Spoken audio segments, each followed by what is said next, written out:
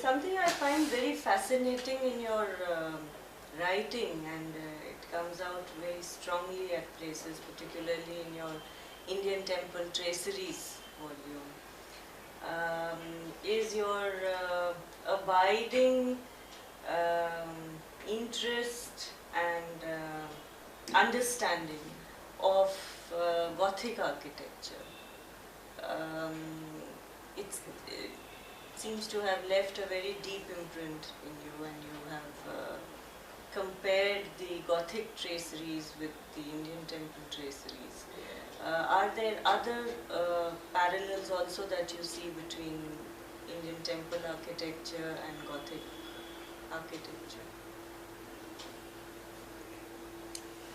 I think in the morning session I mentioned about my interest in Gothic architecture. It's the most perfect style for and the most suited one for Christianity. Christian ethos, its philosophy and its entire culture is contained as though inside the cathedral, which is Gothic in style. Renaissance and Baroque and later styles, they look alien and pagan in relation to Gothic. It's the most perfect moment and most suitable thing for Christianity. So right from my school days I was fascinated by that style and the real and deeper studies I could make only when I joined American Institute. In its library we built had many books on Gothic architecture, which I studied, and twice visited Europe to visit these wonderful buildings, particularly England and France, northern France. There are areas in which some of the finest cathedrals are located. Of course there is Germany, Spain, but they are, I would say they are all right, but here you get the complete history of this style. France is the place where Gothic style originated and spread all over Europe. Now, much has been already written on Gothic buildings. I didn't want to repeat them, but I could see that although Gothic traceries had been illustrated in drawings and a few in photographs, these had never been discussed. Their development, stylistic formative, had never been discussed. And here in the Indian temple traceries, although there was no direct relevance, I brought Islamic and Gothic for a comparative study, comparing and contrasting. And under that excuse, I could show a bit of my studies on Gothic architecture, something new, original in the sense even European writers haven't devoted their attention so much on traceries, which are extraordinarily elegant, profound and meaningful. So they are quite different from either Islamic or Indian. So the juxtaposition of these three and total contrast. It's fascinating also because the tracery, the purpose of the tracery and the impact, the visual impact also of the tracery in the three traditions is very, very different. Yes. With the stained glass windows in the Gothic. See, they are frames, in Gothic they are just frames for containing stained glass. But the frames themselves developed to such an extent and such great variety. Like the Gothic art was discovered in Islamic and employed there. There are some good forms, which is the Gothic, which fully exploited its potential. Similarly, the Gothic traceries, though meant for stained glass, evolved in its own realm within the boundaries and generated some very fascinating forms which are so distinctive, different, and also in magnitude. They are, except in one tomb, Begum Taj Mahal of Dolatabad, Begum of Aurangzeb.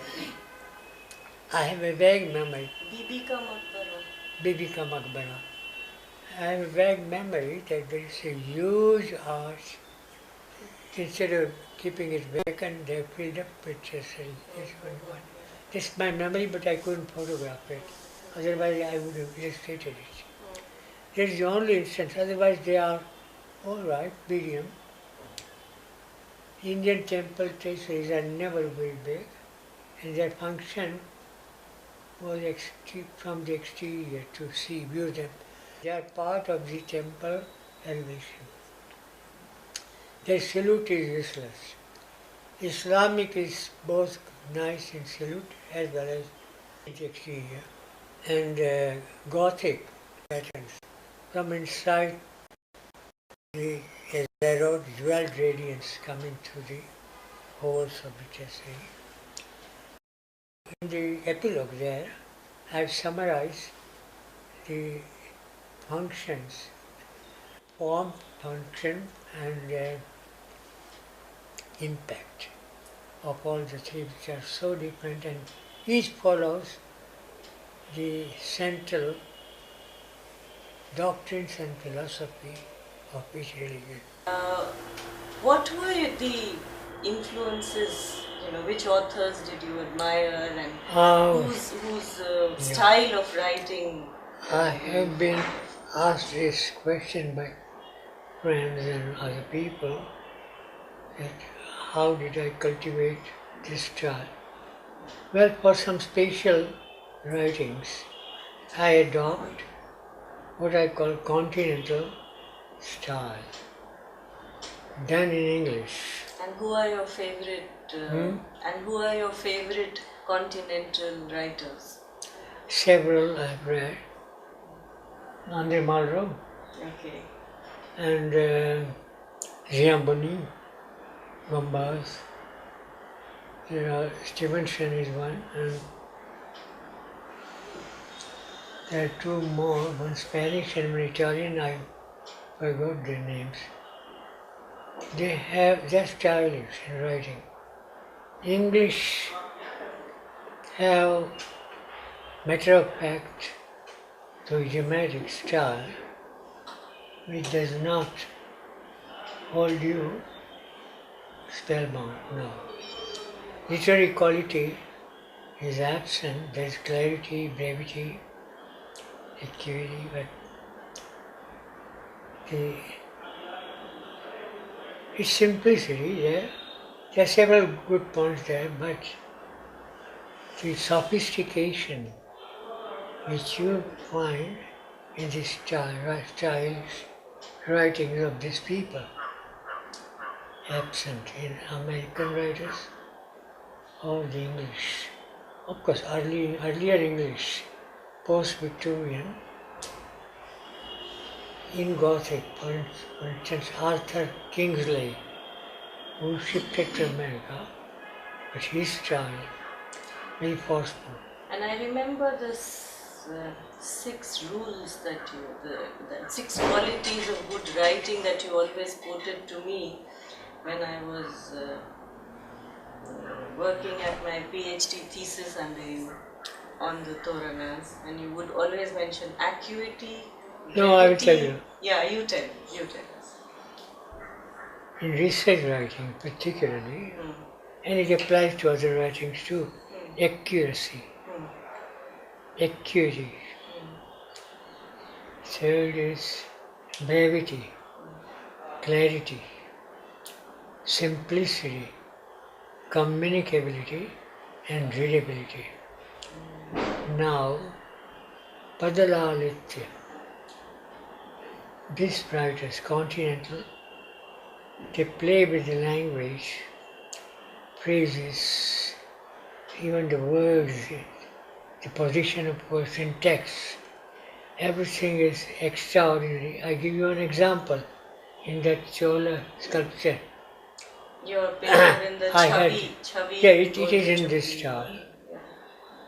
Tonic, which was present at the beginning of the Chola, revisits it at its end. See, you see the play of syntextual position, the what is it called? Alliteration and meaningful. Meaning which comes out of it. See, in the 13th century, at the end of Chola, the terrifying diviner comes again, which was in the time of Vijayalaicho, the first Jaina. His sculpture is at Nishamba Sudini, and those two Dwarapalas at Tirutantirutishwar. Very fine.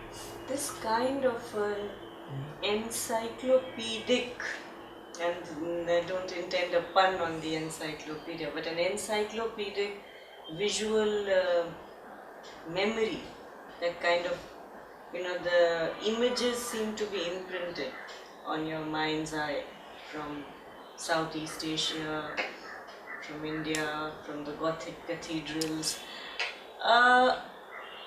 For an art historian, do you have a message for the younger generation that,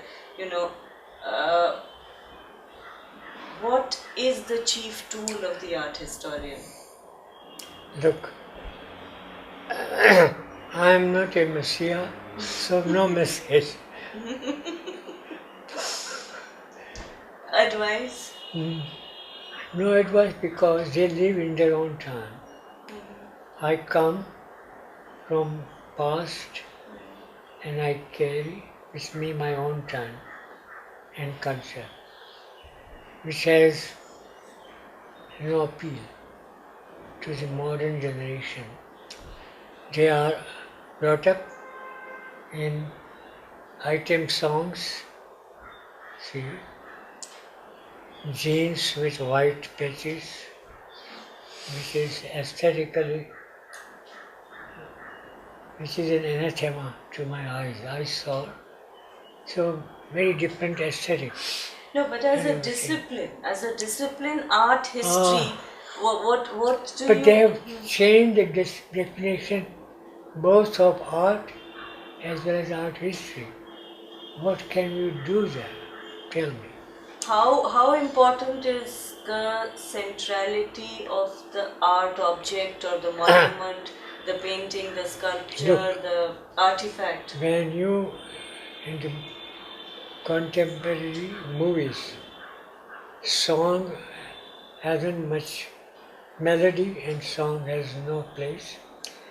You don't need good voice to sing anything. You don't need to be in tune. Nothing.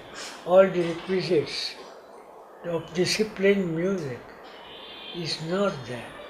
Similarly in dance, no discipline. Just jumping, throwing your limbs in all the four directions, and it is a dance. So, but what is surely in the new generation, in the younger generation, there is some goodness that you see. There may be, I don't deny, there is a genetic inheritance of talent, the capabilities. They are all there. Question is, what they consider important. See? Nothing is inherently interesting or important. It's your own interest which makes a thing interesting or important. This is what Buddha had said, and it's valid. See, because they are brought up, even when physically I am contemporary with them, but temporally I am not in their time. I live in my own time, which is relatively older, ancient. So if one had to draw, say, there is of course the overflowing of disciplinary borders that are not so rigid, there is a fluidity, all that granted. How would you define an art historian's domain as different from a sociologist or an anthropologist or a historian or a political scientist or anybody else? See, the teaching of the modern or contemporary teachers is that wipe your mind out of the old traces, fresh slate, new inscription, new things, new alphabet. So they don't understand the dignity, the gravity of things past. What Kumarasamy or Cambridge and other people wrote. Now, it's of no use to them. They want to look at things in a very different way, in a very different language, which Kumarasamy won't understand what they are writing. I don't understand. Because I belong to their late phase. I come from that era. Now, so what is the major point of departure? What is the departure is sudden. It has been an intellectual shivered off, cut off the head. See, this is what Piyush is now realizing, my adopted son. He's an out and out modernist in painting, in poetry, everything. But suddenly, as I've been telling him time and again, that Piyush, what your teachers have taught, it is their thoughts, not on your own judgment. You go back to the past, and it's a huge, deep foundation on which you will stand, and your vision will enlarge and touch many horizons, which with this vision narrow. Assumptions and predeterminations are there. How will you be able to make your own judgment unless you know the other thing?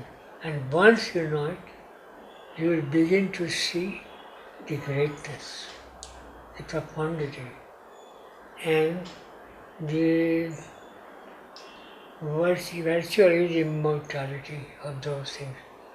I say, go back to your past, your ancestors. I don't mean prehistory, go back to your prehistorical ancestors, but in terms of the cultural time, you go back to the historical time and see what they have created, produced. See the depth. Can you do like that? See that. So in terms of method, is there, do you find that there is a lack of interest in learning the languages, in going to the primary sources, in studying the intricacies of visual detail, the inscriptions, the texts, Prakrit, Sanskrit, all this is being abandoned? Is that the crux, the root of the problem? The eggs fell on linguistic studies first. The modernists, they in Europe, not in Europe so much, but in the United States, they avoid studying Greek and Latin, which was obligatory No, I would say mandatory in Europe. You have to begin your studies with that. Linguistic studies. It's your foundation, like Sanskrit in India, Greek and Latin. These the two-pillared foundation. Now, get that knocked off, finished. So, they do not know the thoughts of great past writers, great philosophers of Greece, ancient Greece, beginning from Homer, see, Aristotle, Plato, and so many great. There is a word for that in English. Sophists. See, no more. They don't know anything. If you omit Upanishads, parts of the Nigam, parts of Vedas, Buddhism and Jainism, many wise, highly practical and eternal truths have been said and recorded in those literature. You miss them all. So the foundation of profundity and dignity are gone. What you have is the narrow, always changing patterns of modern thought. It's not steady. It is not articulated. Just idea is thrown, other comes and replaces it, finished. You compare the physiology of writings today and the earlier ones. The other stage, it communicates you something. The new one is only fancy. It doesn't communicate. There are some sparkling words and thoughts here or there, yes. But where is that continuality, that total articulation? My problem is this. You can say that you all belong to older generation, used to older style, so you can't understand. Like modern painting, you can't understand. You cannot grasp modern prose, modern way of writing. You can say that we can't write like that, yes, because we are habituated to write, but we can read, not illiterate people. See? And see, depth we can measure, depth. Okay, if it is deep, but deeper things in a basket, the water, see, through reflection, doesn't look that deep. You can say that here too are profound thoughts, but are their thoughts or just verbiage, new one? See, what do you read from the modern paintings? This, of course, is the rock formation, very frankly done in a very aesthetic way. It's not unaesthetic. Aesthetics is the guiding spirit of this mixture of realistic and abstract. Natubai always does that. He does abstract, but always combines aesthetics, pleasing. So, in modern styles, see, each one can be a modern person in relation to his older writings. Herbert Reed I have read earlier, early Herbert Reed, Principles of Art, his famous book. 30 years afterwards I read him. Vast difference. And I could see his impact on grammars. Some of the pairs of words I detected in her writings. In my writings, you will detect the stylistic choice of words of the Continental writers. They will be there. They have to be there. Without them, the style cannot be formed. Impact will be there. Memory stores it, and without effort, they come flow through your pen. But the modern people refuse to read the older writers, or they say we can't understand, or it is outmoded. That is a problem. Now tell me this, the kind of classifications and typologies of the jalakas, the vitanas, the ceilings, the door frames or pillars or toranas. This kind of study has been pioneered by you. Did you have any precedent in Western architecture or anywhere that motivated you to take up the study of individual architectural elements? Or was it something that came out of your vast, repertoire, visual repertoire of, how varied one particular architectural element can be, and how they are discussed in the Vastu Shastras, and how they appear in actuality? One thing, Westerners had developed methodology and corresponding language of expression. We learn a lot because when we write in English, it's not our language. We are dependent on them, what they consider standard and accurate. So we have to follow the molds which they had created. The substance will be ours. Question is, when I write on our things which are not there, but I am using their language, their medium, then there will be a modification. See? The type of prose I am using in Gujarati, florid prose, very beautiful, but cannot be done in English, cannot be rendered in English. Two inhibitions. First, they, according to their conventions, it's not right to do that. Second, cannot be adequately rendered there. For instance, Sanskrit poetry cannot be rendered in English in equivalent one. Chandobadra Kavita. Ingalls, I think, had written in one preface of an anthology of Subhashitas by Vidyadhara, Bengali compiler, that he had written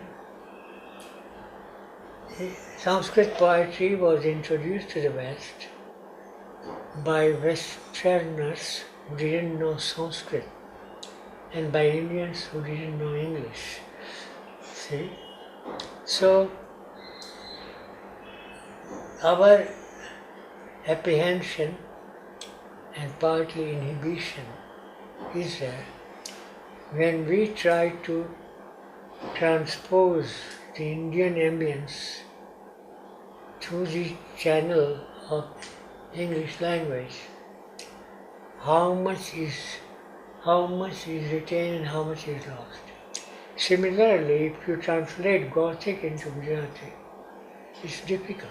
Same thing. No, what I mean is the study of architectural elements, individual architectural elements, as you have done. And the first one was the ceilings. And then after the tracery. In the West, they haven't done that. There is no such It's a comprehensive discussion of totality of each child region. Yes. And because we have, they too have aspects but fewer. We have many, medieval particularly. Yes. Now, about terminology.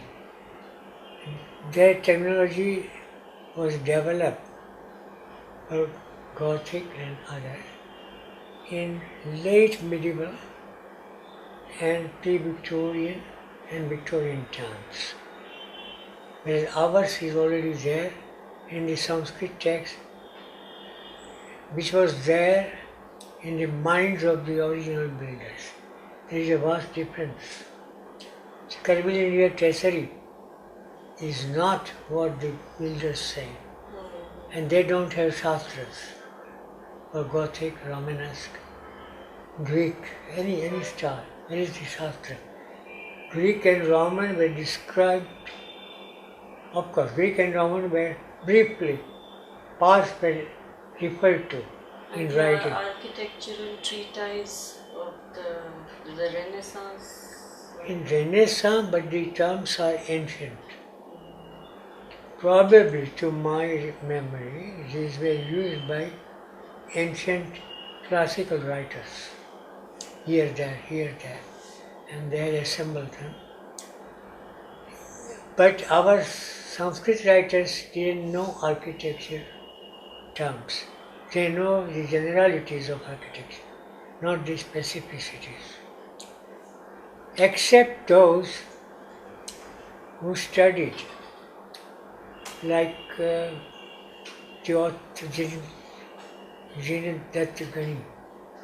13th century writer, Jain writer, in Viveka Vilas, he says, Samana Shukana Sasya Gantikacha Gudamandape Entamanena Rankhakshe Rangagangamanda Balanake Tathaivacha. It is an observation with correct terminology. See, he is just a muni, monk, but he has observed. It rarely happens, but yes, it has happened. And which text is this? The Viveka Vilasa, G we have to add in English. Viveka Vilasa. And what century is it? Mid-13th century. Now your temple architecture is a passion. You have worked through your life. But there are several other facets to your research and to your personality. Music for one, Jainism, very, very intense studies in Jain philosophy. Not on Jainism I studied, but didn't work. Because on doctrines and dogmas and other things, so many writers had written in the past, they are still writing, comparing with others. I don't. Only Jain history, which is highly confused, with my methodology, as I've learned through history, through archaeology, through art history, I try to systematize evidence-oriented methodology. Pramanam swaparabhasi jnanam bhadavivarjitam. You know that. Yes, I have been hearing it from the first year since I became your student. And see, this is the basic principle of yeah. research methodology. So you can't ignore it. And this is what they ignore. What is believed in the tradition is the gospel word for them. What can you do? But how did these varied yet related, preoccupations in your life intersect? Like you just mentioned the Jain source for architectural terminology, and I remember distinctly your paper in the volume on concepts of space, the architectonics of Shastriya Sangeet. And temple superstructure. And the temple superstructure. South Indian temple yes. superstructure. Here. But that is, look here. That kind of... Look here, it is, if you know the other discipline, sometimes they spontaneously get correlated in your mind screen. As you sing the other thing, suddenly you think it is drifted towards it and gets fit into that. Superstructure and Carnatic music, yes. It's something that has been niggling, and I wanted to, in this context, ask your opinion on that. You see, when I look at some of the action-oriented sculptures, particularly in the narrative reliefs, I find that, when I look at it from the perspective of a dancer, say, I can almost see that movement happening. The process of that movement is visible. It is very true, you see, depending on the dance school and the ancient region to which the sculptural art belongs. It is very valid. What you say, Chola bronzes. See, the whole Bharatanatyam as it is today, the tradition, is rooted in the Chola tradition. Somewhat less connected with Pallava, but more with Chola. The bronze style, the very sharp arms movement, is bronze style, metal sculpture. Now, that suavity of Manipuri and the Pala sculptures, the way they do, Orisen sculptures on the Rajarani temple and Konark upper floor and the present day. Of course, the present day dances are partly reconstructed and in which sculptural postures of your days helped. But the plasticity it continues today, so you could do it. Now, it is true of Western Indian, the Kathak postures and the Modera Apsarasis and same, no problem. The smaller narrative friezes on the Pitha of Halibidin, Koisaleshwar Halibidin, where the epics and the Bhagavata and all are narrated. Particularly the way the climactic moments of an action are captured, they convey as though you can feel the sway of the movement and the point at which the sculptor has frozen it. Would you say something like that happens between music and architecture? Except that, as it is in dance where movement is there, in music also movement from swara to swara. This is ossified in time, superstructure. It is the music which moves on those lines. Architecture, its elements don't.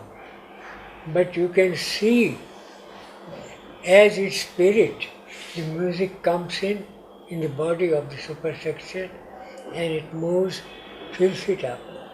Now, one can say this is subjective. When I read the paper, Bettina Burma and all others said yes, except one Bengali, who said in Western music, Hegel's theory of relationship between music and structure, it's all been falsified and given up. But then that Stahl, Professor Stahl was in check. He said Kapila was angry.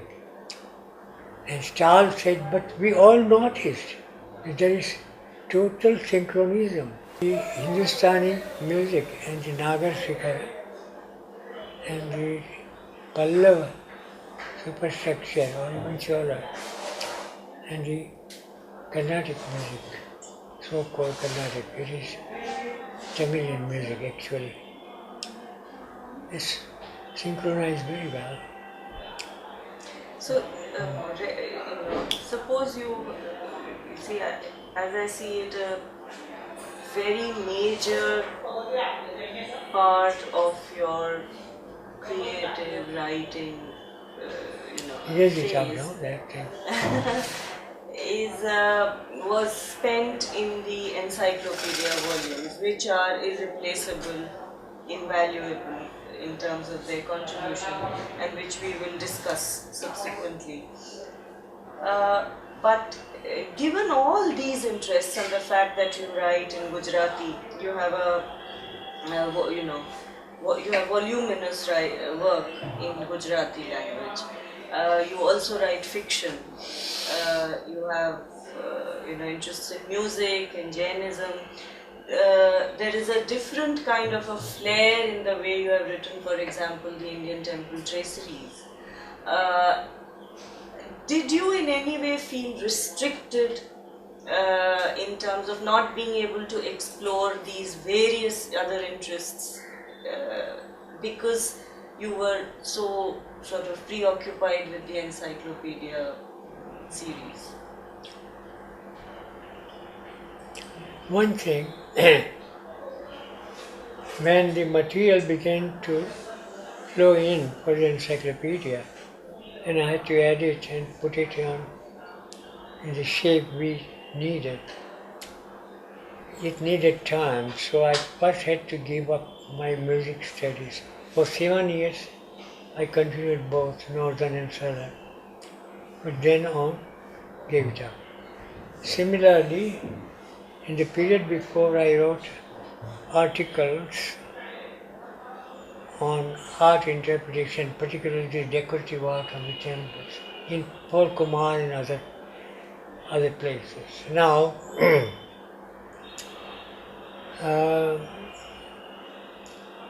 I had to give up, but occasionally I did venture into these fields for which I had to postpone till my main preoccupation was encyclopedia, as demanded by my duty, by virtue of my position at the American Institute, and what I am supposed to do for them. Also, a great time was involved in editing and coordinating things. Complete rewriting of many chapters, adding my own researches in the writing.